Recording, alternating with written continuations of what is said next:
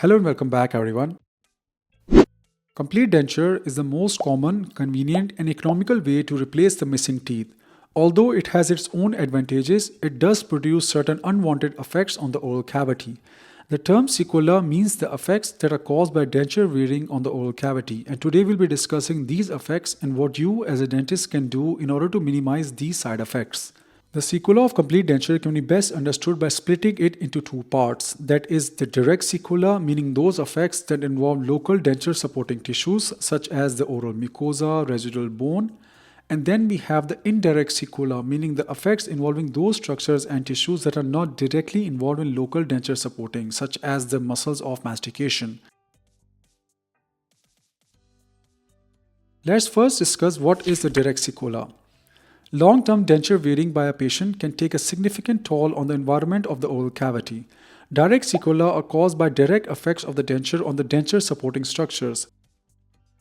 Several notable changes through long-term wearing of denture may include mucosal reactions on the oral mucosa, altered taste perceptions, burning mouth syndrome, residual ridge reduction, periodontal disease, just to name a few. One of the most well-known effects in long-term denture wearers or the long-term edentulous patients is the residual ridge reduction. The residual ridge reduction is a strip of bone that once supported and held the teeth and is now devoid of them. This strip of bone, or also known as the edentulous residual ridge, undergoes a continuous resorption each year after tooth extraction and placement of the complete denture, since it no longer has a stimulus. During the first year after tooth extraction, the average reduction of residual ridge height is about 2 to 3 mm for maxilla and 4 to 5 mm for mandible, with gradual reduction over time. The degree of residual reduction actually depends on several factors, including anatomical, metabolic, and gender, with women appearing to be more vulnerable to progressive bone loss than men. Unfortunately, residual ridge reduction is very hard to avoid and has its own consequences.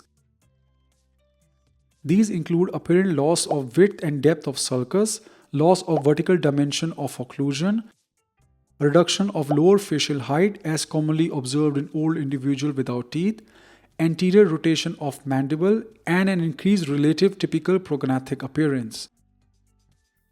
Ultimately, these consequences lead to compromised aesthetic with extreme patient dissatisfaction.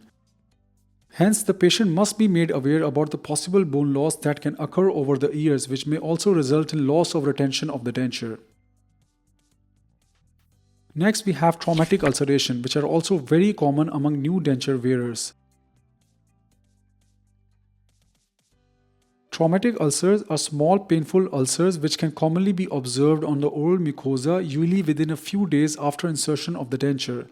These ulcers occur due to overextended denture borders and if the pressure spots are not relieved on the denture. Similarly, cheek biting is also well known and is caused when the posterior teeth are set up too far buccally, thereby resulting in posterior cheek biting. These ulcers can easily be resolved by relieving the pressure areas and adjusting the denture border. Once the pressure is released and the borders are corrected, these ulcers tend to heal and disappear spontaneously within a few days.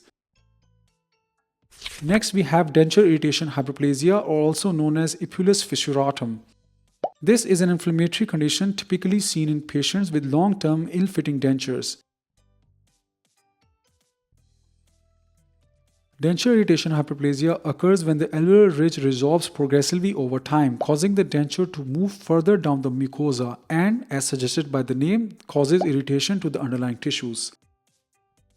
These lesions of denture irritation hyperplasia are typically asymptomatic and often have characteristic fibrous tissues in the form of folds over the irritating denture borders. In most cases, this condition can usually be resolved by careful adjustment and trimming of the ill-fitting denture areas, though in severe cases it may require surgical excision of the fibrous tissues. Next, we have the denture stomatitis.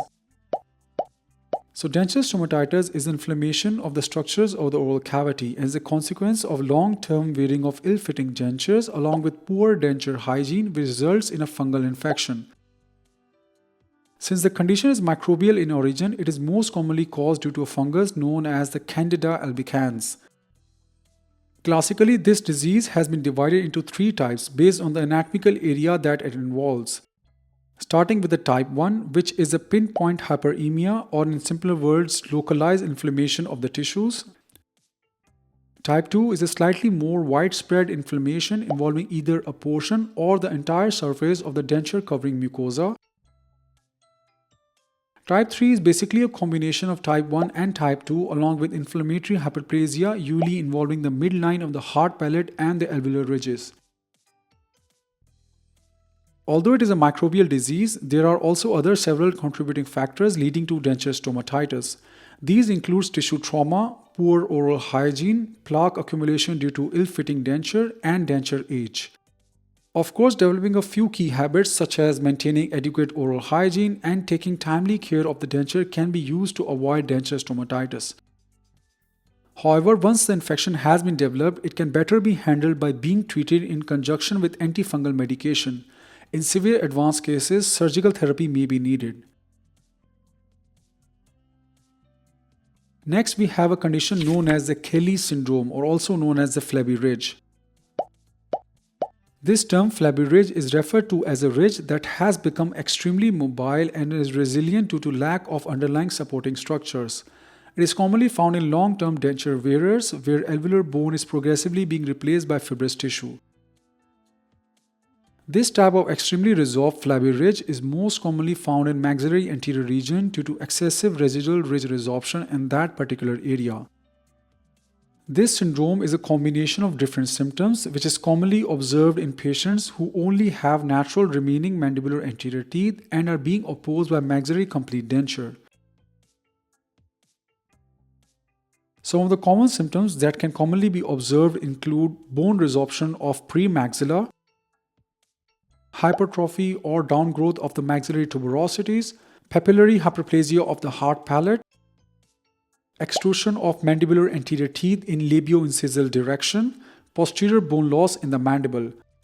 In most cases of Kelly syndrome, surgical intervention is typically required in order to stabilize the complete denture against natural teeth and to minimize alveolar bone resorption. Lastly, just to include, we have hyperkeratosis and oral cancer. While it has long been a topic of debate about the incidence of oral cancer in chronic denture wearers, however, it has recently been concluded that there is no direct link between denture wearing and incidence of oral cancer. The increasing role of other factors such as tobacco and alcohol consumption, ultraviolet radiation are, as always, suggested as the causative agents of the oral cancer rather than it being originating from the denture itself. Now let's move on to the second type of sequela, that is the indirect sequela. Apart from the direct changes that I just explained, long-term denture wearing can also induce significant other changes which may not directly be apparent. The most common of the indirect sequela is the atrophy of the muscles of mastication. It is a well-known physiological phenomena that when muscles are not provided with continuous stimulus, the muscles start undergoing atrophy.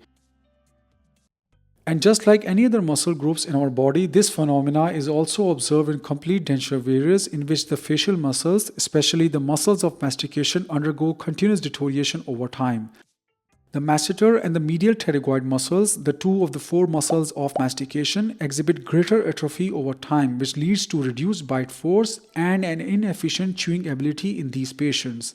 This can simply be understood with the fact that complete denture wearers need approximately 7 times more chewing strokes than people with natural dentation for reduction in equal food particle size due to continued atrophy of the muscles. Unfortunately, sooner or later, this will result in an unacceptable situation for the patient. The best treatment in this scenario is by either using dental implants or by trying to save the salvageable natural teeth and forming a sort of a covered denture or telescope denture. These treatment modalities have been shown to significantly improve the masticatory efficiency.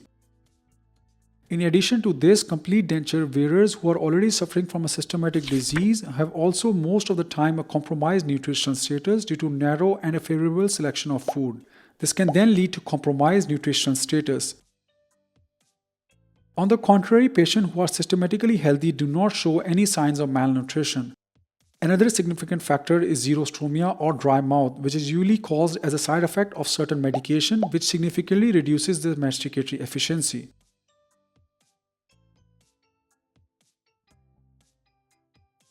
Modification of dietary habits may lead to a better nutritional status and an improved overall health.